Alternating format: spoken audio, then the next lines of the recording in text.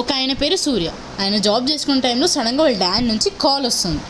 So call రాగానే వాళ్ళ daddy ఏమంటాడనమాట, mother birthday ఉంది కదరా, ఇలా రా నైట్ సెలబ్రేట్ చేద్దాం, 12 o'clockకి సర్ప్రైజ్ ఇద్దాం రా అని.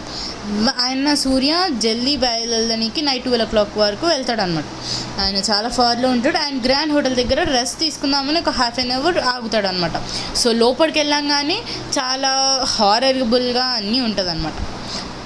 లోపలికి వెళ్ళంగానే రిసెప్షన్ ఆమె ఏం చెప్తుందంటే, sir welcome to this and 304 room number side మాత్రం వెళ్ళకండి, కీస్ ఇచ్చేటప్పుడు ఆ రిసెప్షన్ ఆమె మనకి ఇన్ఫామ్ చేస్తుంది, ఎట్టి పరిస్థితిలో వెళ్ళకండి.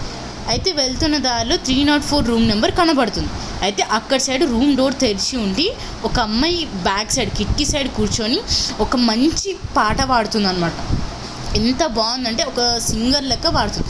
సడన్గా తిరిగి సూర్య వైపు చూసిందనమాట. చూసి కొంచెం హారబుల్గా ఎలాగో రక్తంతో ఉంది. సో సూర్య ఆ టైంలో చూసి షాక్ అయింది అనమాట. షాక్ అయ్యి ఆయన సడన్గా చూస్తారు, షాక్ అవుతారు కదా, అలా షాక్ అయ్యి పరిగెత్తుకుంటే వెళ్ళాడనమాట.